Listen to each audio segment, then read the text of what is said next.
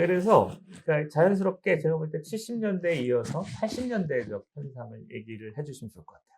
그래요. 예. 저기 시작은 그러니까 이렇습니다. 한 10년간 70년부터 서구 선진국의 정책 당국이 이렇게 생각을 한 거예요. 인플레이션 문제가 심각하다고 느끼기 시작한 거예요. 70년부터예요. 대충 그때부터. 그런데 본격적으로 해가지고 인플레이션을 잡기까지는 짧게는 10년 걸렸어요. 길게는 15년 걸렸고. 나라마다 좀 차이가 있는데, 왜냐면 서구 선진국이 한 자릿수대로 물가가 상승률이 떨어진 게 제 기억으로 85년 근처일 거예요. 근데 시작 발동 근거는 80년부터 발동을 걸었거든요. 그러면 70년부터 문제가 있다고 인식을 했는데 행동에 나선 게 80년이니까 10년간 뭐 했냐는 거잖아요. 그래서 그거 가지고 경제학자들이 설왕설래를 했는데 이거는 의도하지 않은 정책 실패였다는 겁니다. 인식의 오류도 있었고 그리고 가장 큰 거는 이거예요. 지금 요즘 컨센서스는 인플레이션 정책이라고 하는 거는 표 떨어지는 정책이거든요. 왜냐하면 돈줄을 재어가지고 경기를 갖다가 수축을 시켜야지 인플레 문제가 잡히는데 그러면은 실업이 유발되고 그럼 어느 정부가 실업을 유발할 수 있겠느냐. 그걸 주저주저 하다가 10년을 끌고 왔다가 나중에 왜 그럼 80년이 됐냐. 그때쯤 되니까 모든 국민들 이해관계에 관계없이 무조건 인플레는 나쁜 거다. 이거는 망국병이라고 하는 국민적 콘센서스가 형성이 된 거예요. 그걸 바탕으로 비로소 중앙은행이 긴축 정책을 했어요. 그래서 통화 긴축을 엄청 해가지고 그때 실업률이요. 미국 실업률이 10%를 넘어갔어요. 그래가지고 그 볼코쇼크라고 해요. 그 당시 미국 중앙은행 총재가 폴 볼커였는데 그 양반이 강한 드라이브를 했는데 그걸 정치권에서 수용을 한 겁니다. 왜? 국민들이 원했기 때문에. 그러면 그전에는 왜 못했냐? 국민들이 싫어하는 사람들이 상당수가 있었다는 거예요. 옛날 그 슈미트 수상이 이런 얘기했어요. 인플레이션은 네 호주머니에 있는 돈이 한 몇 %씩 조금씩 없어지는 거지만은 실업은 네 호주머니에 있는 돈이 다 빠져나가는 거다. 어느 걸 선택할래? 국민들이 생각하지. 나는 실업은 싫어해요. 그게 70년대 전반까지 스토리였는데 이게 서서히 그 배경까지 얘기하려면 너무 좀 스토리가 많은데 결과적으로 결론만 얘기하면 그겁니다. 그래서 했는데 그래서 뭘 했냐면 통화 긴축을 해가지고 강한 드라이브를 겁니다. 그리고 정부 정책이 규제가 경제의 비효율을 낳으니까 규제 완화도 막 하기 시작하고. 박사님 그러면은 지금 한 10년간 주저주저 했다 그러는데 그런 인식이 바뀌게 된 특별한 계기는 있었나요? 아니면은 그냥 서서히 나타난 거야. 서서히 나타난. 인플레이션으로 인한 어떤 폐해들이 드러나고 그것이 그렇죠. 사람들의 인식 속으로 들어와야만 이런 상황이 나타날 것 같아요. 일단 뭐 정부 당국자 입장에서는 그래요. 그냥 아우성들이고 정부 신뢰도가 바닥을 치다 보니까 도저히 안 되겠다 싶어가지고 중앙은행한테 던져버려요. 너네들이 알아서 해. 그러면 정부 당국한테 로비를 하러 사람들이 뭘 하면은 정부 당국자가 아니, 난 이제 나 권한 없어. 쟤네들한테 다 맡겼어. 쟤네들한테 항의해. 근데 한마디 더 붙이죠. 근데 쟤네들은 정치적 고려 안 해. 그게 중앙은행의 독립성입니다. 지금 전체적으로 보면 그 얘기가 핵심이네요. 그러니까 인플레이션이 나쁜 걸 암에도 불구하고 정치인들은 어떤 대중의 지지를 먹고 사는 사람이니까 할 수 없었는데 그러니까 전문가 집단, 제도화된 어떤 경제 컨트롤 타워를 두면서 인플레이션을 정면으로 응시할 수 있는 그렇죠. 제도화라는 거죠. 제도화. 그런 얘기 같아요. 그래서 제가 지금 오늘 아마 제가 드리고 싶은 말씀 중에 핵심은 그겁니다. 그러니까 80년대 들어와가지고 인플레이션을 극복하는 과정에서 여러 가지 제도적 장치가 생기는 거예요. 근데 저는 그걸 갖다 뭐라고 얘기하냐면은 정책의 탈정치화. 그러니까 정부가 하는 온갖 정책이 거기서 정치색을 다 빼는 거예요.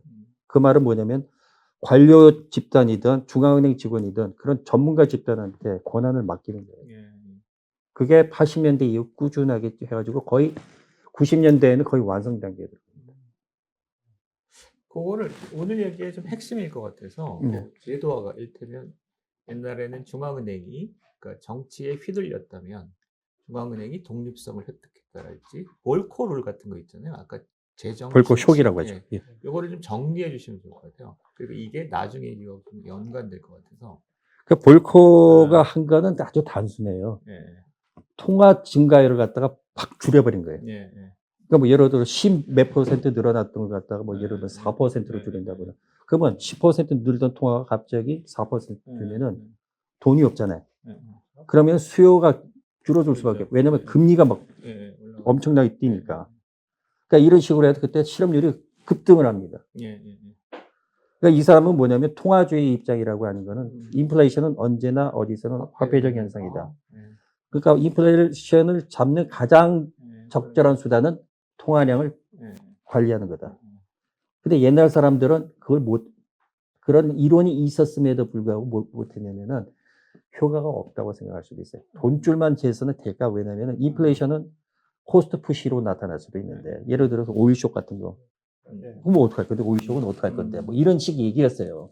근데 나중에 이제 인플레이션 문제가 하도 심각해 되니까 주변을 둘러봐도, 근데 지금 그 프리드만 아저씨가 얘기한 거를 보면은 뭔가 이렇게 조금 찜찜한 구석은 있는데 대안이 그거밖에 없는 거예요. 그러니까 신봉자도 있었지만 회의적인 경제학자들도 있었지 않습니까? 근데 다른 정책이 다 실패하다 보니까 나온 마땅한 대안이 이거밖에 없더라. 거기다 일단 그럼 네가 한번 해봐라고 한 거죠. 지금 두 가지가 같이 있었네요. 하나는 정치적 역관계의 변화, 그러니까 대중들의 불만이 누중하면서, 그렇죠. 그러니까 정치인들이 뭔가 액션을 할 수밖에 없는 상황이 있었고, 여기에 어떤 신자유주의라는 밀턴 프리드먼 같은 이론 집단이 있었고, 이게 새로운 정책적 대안. 뭐 중앙은행의 독립성, 그 전에는 독립돼 있지 않았나요? 대표적으로 독립적인 그 중앙은행에 보면은 네. 제일 독립적이었던 기관이 70년대 조차도 독일의 분데스방크였어요. 근데 잘 아시죠? 옛날 바이마르 공화국 때 하이퍼 인플레이션 나오잖아요. 그 유산을 받아가지고 독일은 뭘 했냐면은 중앙은행에다 아주 실권을 줘버렸어요. 그 70년대조차도. 근데 얘네들이 한 게 뭐냐, 통화량을 엄청 관리를 했어요. 만약 밀턴 프리드만 류의 그 통화 정책을 갖다 분데스방크가 일찍 했거든요. 그러니까 성공 사례는 있었죠. 저도 그 독일의 중앙은행이 그 인플레이션에 대해서 굉장히 뭐 공포감, 혐오감 이런 거를 가지고 있다는 얘기를 자주 들었어요. 그럼요. 그러면 기왕에 얘기가 시작됐으니까 우리 미국, 영국, 그러니까 독일까지는 그렇잖아요. 프랑스는 미테랑 사회당 정부가 들어갔는데 그거는 거의 국가주의 정도니까. 거기는 논외로 쳐도 논외로 우리의 프랑스를 그렇게 하시면 안 돼요. 아니 프랑스가 참 재미난 나라예요. 우리 프랑스 사회주의는 우리 영웅인데. 뭐 저기 죄송하고. 아니요, 이 파리꼬민의 전사의 아들들인데 우리가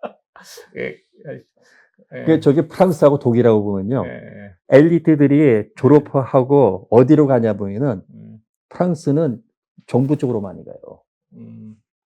독일은 어디로 가냐면 민간 섹터로 가요. 그 나라 두 나라의 문화 차이가 좀 있어요. 그래서 프랑스는 행정부 주도로 하는 경제 정책이 많아요. 국가 시스템이. 그리고 그쪽에 그 프랑스 경제학은 또 약간의 뭐라고 할까, 막스 경제학의 그 사상을 이어받은 그런 경제학 주류도 있어가지고 영미식 경제 이론을 갖다가 좀 싫어하는 파가 많아요. 프랑스. 우리의 사랑 프랑스라니까요. 그래서 또 삼천포 한번 빠져보시죠. 티롤이라고 노벨 경제학상을 받은 사람이 MIT 대학 교수를 하다가 미국 생활에 지쳐가지고 이제 프랑스로 돌아갔는데 파리에 있는 대학으로 못 가고 변두리 대학으로 갈 수밖에 없었어요. 그만큼 프랑스는 자기네 학파에 대한 그게. 오케이. 그럼 여기서 또 약간 도발적인 질문일 수 있는데 레이건하고 대처를 어떻게 평가하십니까? 저는 그 당시에는 맞았다고 봐요. 오케이. 왜냐하면 그 당시 문제는 인플레이션이었으니까. 근데 나중에 얘기를 하겠는데 거기다 플러스 알파가 있었으면은 완전히 박수를 쳐줄만 했는데 이 플러스 알파가 아니라 마이너스 알파가 있다 보니까 이게 2000년대 문제로 연결이 되는 거죠. 그러면 이게 마이너스 알파가 뭐예요? 마이너스 알파로 이어지네요. 그렇죠. 마이너스 알파를 얘기해 주시죠. 그러니까 지금 말하자면은 제가 그만큼 1시간 3,000% 빠지면 되니까 이겁니다. 제가 주장하는 거는 인플레이션은 언제나 어디서나 화폐적 현상이다라고 했을 때 좋아요. 문제는 주류 경제학이 하나 갖고 있는 명점은 화폐하고 금융은 붙어 있는 놈들이거든요. 근데 화폐하고 금융을 갖다 딱 칸막이를 쳐가지고 금융은 이렇게 저쪽 커튼 뒤로 던져버렸어요. 왜냐면은 금융시장은 효율적이라고 하는 가설이 있어요. 내버려 두면은 알아서 자원 배분을 갖다 효율적으로 한다. 그게 뭐 유진 파머가 얘기하고 뭐 이런 이유가 있는데 70년대 그 이론이 쫙 나오거든요. 근데 그게 바탕이 뭐냐면 그럼 금융은 따로 떨어뜨려서 이거 합쳐서 생각할 필요가 없다는 거예요. 그러니까 우리는 실물하고 관련이 있는 통화만 관리하면 돼. 그러니까 통화량을 관리를 하면서 신자유주의적인 규제 완화가 대폭 들어가거든요. 규제 완화의 최대 수혜자가 금융 부분이에요. 금융을 풀어놓다 보니까 얘네들이 이제 분탕질을 하기 시작하는 거예요. 그냥 말하자면 돈을 풀어도 예를 들어서 어떠냐면 2000년대 때 뉴 이코노미라는 단어가 나와요. 2000년대 그린스팬 시야에서. 기억납니다. 그때 뭐냐면은 이상하게 돈을 풀었는데도 경기가 화랑이 됐는데도 인플레이션 문제가 안 나와요. 그래서 경제가 완전히 바뀐 거구나. 공급 구조가 바뀌었구나. 그러니까 인플레이션은 이제 완전히 죽은 동물이야. 사실은 그게 틀렸다. 이런 틀렸죠. 얘기죠? 왜냐하면 그 밑바닥에서 그 컴컴한 밑에서 금융 부분에서 문제가 생기고 있었던 거예요. 이 부분을 갖다가 그 똑똑한 그 경제학자들이 이걸 알았으면은 같이 고려를 했으면은 규제 완화를 그렇게 일방도로 했으면 안 됐죠. 금융 부분에 대한 적절한 관리 시스템을 만든 상태에서 했어야 됐는데 너무 풀어놓은 거예요. 그러니까 이쪽 문제를 해결하기 위해서 그 말하자면 정부가 나서서 경제 문제를 해결하고 하다 보니까 잘 안 되니까 시장한테 맡겨보자고 한 게 그러니까 말하자면 흑백 논리죠. 말하자면은 케인지안이 잘못됐으니까 그러면 대안으로 신자유주의적으로 한번 해보자. 그래서 반작용으로 케인즈주의가 너무 심하게 간 거예요. 여기서 또 3,000% 빠지면 케인즈 본인은 자본주의 경제라고 하는 거는 이렇게 달나라에 로켓 쏘듯이 이렇게 정밀하게 이렇게 컨트롤할 수 있다고 생각을 안 한 사람이에요. 그 엘리트가 나서서 정부가 적극적인 역할을 하되 자본주의의 본질적인 불확실성을 감안을 해가지고 배려 있는 정책을 해야 된다고 생각한 거예요. 그런 것 같아요. 근데 그 케인즈 사상을 받은 미국의 케인지안들은 뭐라고 생각하냐면 이걸 달나라 로켓 쏘는 걸로 말하자면 경제공학으로 탈바꿈을 시켰어요. 그러면 내가 재정 지출을 갖다가 요만큼 늘리면은 고용률이 몇 % 떨어진다. 이걸 다 저기 계량 분석을 해가지고 수식화 해가지고 요럴 땐 요렇게 해가지고 다 계산해 놓은 거예요. 근데 세상이 그렇게 단순하지 않았죠. 대표적으로 금리를 풀고 돈을 풀었는데도 인플레가 안 나타나네. 그러면 공급 사이드에 뭐 좋은 일이 있었나 보다. 그래서 뉴 이코노미가 나오고 그냥 그린스팬이 신으로 격상을 하고. 근데 그 밑에서 뭐가 생기냐면은 미국 주택 시장을 중심으로 해가지고 거기서 이제 그 주택 금융이 뛰어들어가요. 그러면서 거기서 터진 거죠.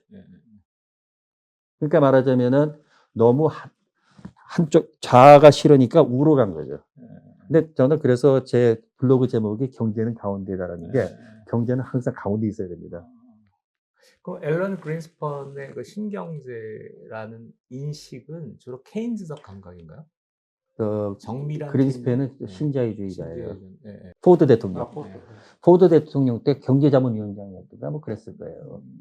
그 사람은 그러니까 전통 보수예요.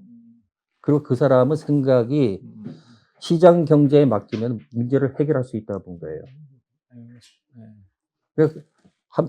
그러니까 그 당시 경제 정책은 전반적으로 보면은 신자유적인 정책을 펴는 사람들이 심지어 영국의 그 블레어 행정부가 진보 정당이었어도 불구하고 경제 정책은 굉장히 보수적이었어요.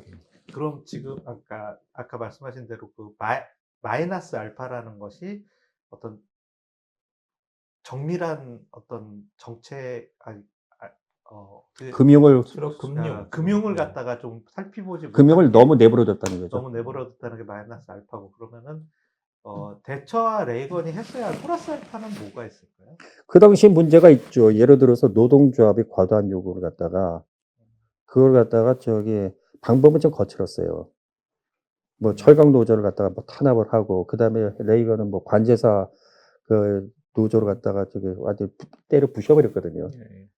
그런데 명미는 그 노사 화합 전통이 좀 없었어요, 그 당시에. 그래서 그렇게 전투적으로 문제를 해결할 수밖에 없었는데 독일은 뭐냐면 코디터미니즘이라고 하죠. 예. 뭐 대표적으로 노동조합 대표가 이사회에 참여를 합니다. 근데 그 독일이 굉장히 탐나는 게 뭐냐면은 예를 들어서 노동조합하고 기업 경영인 간에 이게 있어요. 신사협정이라는 게 있는 게 너네들이 임금 인상을 갖다가 예를 들어서 우리가 용인할 수 있는 수익 2%라면 2% 내로 제한해주면 우리가 물건을 잘 만들어가지고 물가 안정을 이루고 정부가 그런 식으로 딜을 해요. 근데 그게 딜이 통해요. 그러니까 노동조합하고 싸울 필요가 없는 거예요. 독일 같은 경우에는. 그 독일의 가장 큰 철강 노조하고 독일 행정부는 이렇게 합니다. 우리가 너네들이 걔네는 산별 노조니까 걔네들이 어떻게 하냐면은 철강 노조가 가장 강력하니까 걔네들한테 가서 임금 인상률을 갖다 몇 %로 동결해 달라. 그러면 대신 우리는 물가 상승률은 무슨 수가 있더라도 맞춰주겠다. 그러면 너네들 실질 임금은 보존이 되지 않겠느냐. 근데 그게 반복적으로 성사가 됩니다. 근데 그 당시 레이건하고 대처가 집권했을 때 그 노조는 우리나라 요즘 노조하고 좀 비슷하죠. 말은 안 듣죠. 그러면 어떻게 해요? 자기네들이 볼 때는 임금 인상률이 계속 올라가는데 지금 인플레이션율을 통화를 갖다가 잡는 것도 하나의 방법이지만은 그 중간 단계에 또 뭐가 있어야 되냐면 임금 상승률이 좀 둔화될 필요가 있거든요. 그래서 그 작업부터 시작하는 거예요. 중앙은행한테는 돈 줄 제, 우리는 노조 단속할게. 이렇게 된 거죠. 근데 뭐 모르겠어요. 이게 뭐 저는 정치적 색깔을 얘기한다면은 그런데 그 당시에는 불가피한 면이 있었다. 생각했습니다. 지금 뭐 요약하자면 70년대 인플레이션이 과제였고 이것을 레이건 대처 정부가 어쨌든 시대 요구에 맞게 해결을 했다. 문제가 있다면 금융 부분하고 어쨌든 뭐 노사화합, 뭐 노동자의 어떤 처우 이런 데에서 뭐 마이너스 알파가 있다. 뭐 이런 얘기인 것 그렇죠. 같아요. 네. 저는 요런 자세한 내용을 모르는 상태에서 그 마가렛 대처가 죽었을 적에 그 시위했을 적에 마녀가 죽었다, 드디어 마녀가 죽었다, 뭐 이런 식의 플래카드를 보면서 그 사람들이 신자유주의에 느끼는 반감이 되게 심하구나 하는 거를 많이 생각을 했었거든요. 근데 그 심하게 된 원인이 결국은 많은 그 노조와의 갈등 그리고 실업 이런 것 때문에 일어난 거예요.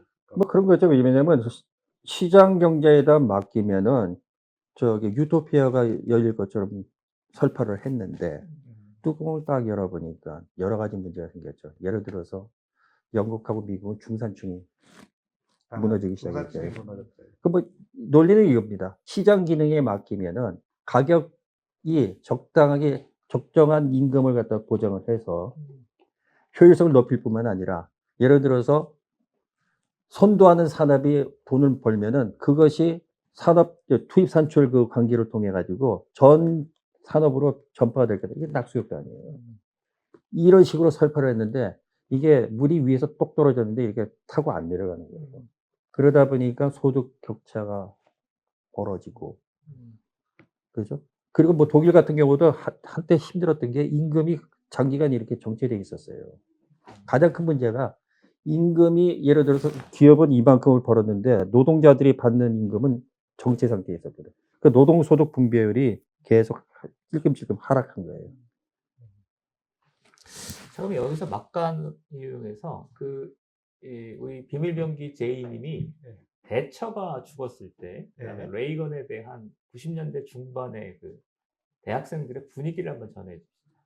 그러니까 사실 저는 그 경제, 그러니까 상경계 쪽의 대학을 다녔기 때문에 사실 그렇게 그 반감이 심하진 않았어요. 오히려 보면은 그 아주 먼 훗날 2000년이 훨씬 더 지나가지고 그 사회학 논문을 갖다 보게 되는데 너무나 자연스럽게 이런 구조를 써 있는 거예요. 시장이 완벽하지 않다는 건 누구나 다 안다. 뭐 이런 식으로. 그러니까 저는 경제학이나 그런 거를 배우면서는 시장은 완벽하다고 배우거든요.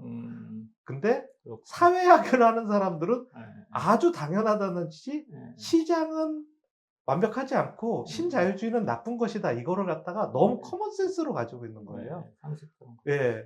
그게 저는 오히려 그게 뭐 2010년도가 됐을 때인데도 엄청난 충격이었어요. 2010년도에도 이거 뭐 신자유주의도 겪고 신자유주의도 한 발 꺾어지고 뭐 다시 뭐 그 어떤 뭐 공정, 정의 뭐 이런 거를 얘기하는 와중에서도 이렇게 경제학에서 하는 말과 사회학에서 하는 말이 이렇게 다르구나. 네. 이게 굉장히 충격이었어요. 저는 그러니까 80년대 이후 두 개, 세 개가 그대로 유지되고 있다고 생각해요. 저는 운동권에 있었으니까 레이건하고 대처는 거의 절대 악 같은 존재거든요. 그러니까 프랑스 사회주의를 이렇게 파리 꼬민 뭐 이런 거를 좋아했던 95년 뭐 노동 총파업을 좋아했던 건데 이게 어느 시점이 되면 그러니까 사실 앞에 정직하게 상호 자기가 믿어왔던 생각들을 확인하고 새로운 어떤 합의점을 도출하고 이래야 되는데 그러니까 그런 과정이 지금 없어요. 그래서 그 좌파 내 진보의 내 후배들은 여전히 그러니까 자기가 미국에 무슨 미국식 뭐를 하고 미국의 스마트폰을 쓰면서도 남미야. 그다음에 무슨 이게 시장 경제는 시장 기능은 옳다라고 생각하는데 뒤돌아서서는 시장은 틀렸다라고 얘기해요. 네. 그런 얘기들이 너무 만연해 있어요. 그리고 문재인 정권 하에서는 심각할 것으로 예상돼요. 뭐 나랑 좀 활동하는 사람들이라서 그 사람들 뭐 술자리에 가서 무슨 얘기하는지 다 알거든요. 프랑스 파리 꼬민 뭐 이런 노래 인터내셔널 가고 노래 부르고 막 그래. 근데 그 사람들이 그러니까 이게 지금 우리나라는 이게 그러니까 서로 벽이 있는 거죠. 예, 80년, 예. 그러니까 2010년도 훨씬 지나서 2010년도가 지났는데도 이 두 가지가 서로 만나지 못하고 커먼센스가 안 이루어지고 하나는 뭐 시장은 옳은 거야. 하나는 시장은 절대로 틀렸어. 뭐 이런 식으로 얘기를 하고 있다는 것이 너무 충격이었어요. 근데 그 주류 경제학에도 아직도 그 분파는 있어요. 그 케인즈 학파가 두 가지 부류로 이제 분파가 되어 있는데 하나는 비주류고 하나는 주류예요. 케인스에도 주류 비주류가 있다. 그러니까 비주류는 포스트 케인지안이라고 하고 주류 경제는 뉴 케인지안이에요. 그러니까 뉴 케인지안이 지금 말하자면 그 사람들은 시장 실패를 갖다 용인하고 시장 실패를 보완하는 정책으로 정부가 어느 정도 역할을 해야 된다고 하는 류예요. 그리고 지금 경제계의 그 주류 경제학의 컨센서스는 완전하게 그 뭐 프리드만이나 루카스류의 그런 거는 너무 한쪽으로 극단적이라고 하는 게 지금 돼 있어요. 그렇죠. 그러니까 케인즈하고 둘이 저기 만나가지고 타협을 한 거죠. 근데 연구 방법론 면에서는 같이 공유를 합니다. 시장 메커니즘을 갖다 전제로 해가지고 정부가 어느 정도의 역할을, 그러니까 강도만의 차이가 있지. 그러니까 말하자면 루카스 같은 경우에는 정부는 그 할 필요 없어 이렇게 쳐버려요. 근데 UK 이제 예를 들어 맨 교수 같은 사람들은 정부가 역할을 해야 된다. 근데 반대로 포스트 케인지안은 그 케인즈가 원래 설파했던 그 일반 이론을 갖다 그대로 자기네가 해석한 게 맞다고 보는 거예요. 그래서 연구 방법론도 고전파식으로 계급 간의 관계를 통해서 분석을 합니다. 근데 뉴 케인지안은 분석 단위가 개인이에요. 그러니까 완전히 신자유주의하고 똑같죠. 근데 포스트 케인지안은 노동자, 기업이, 계층 간의 분석 단위가 계층이에요. 그래서 이번에 그 문재인 정부가 했던 그 소득주도 성장 이론이 그 모태가 됐던 임금주도 성장 이론이 포스트 케인지안이 한 건데 그 사람들 쓴 논문에 보면 개인이 없어요. 노동자 대표, 그 다음에 기업 대표 이런 식으로 되어 있습니다. 자연스럽게 다음에 할 얘기를.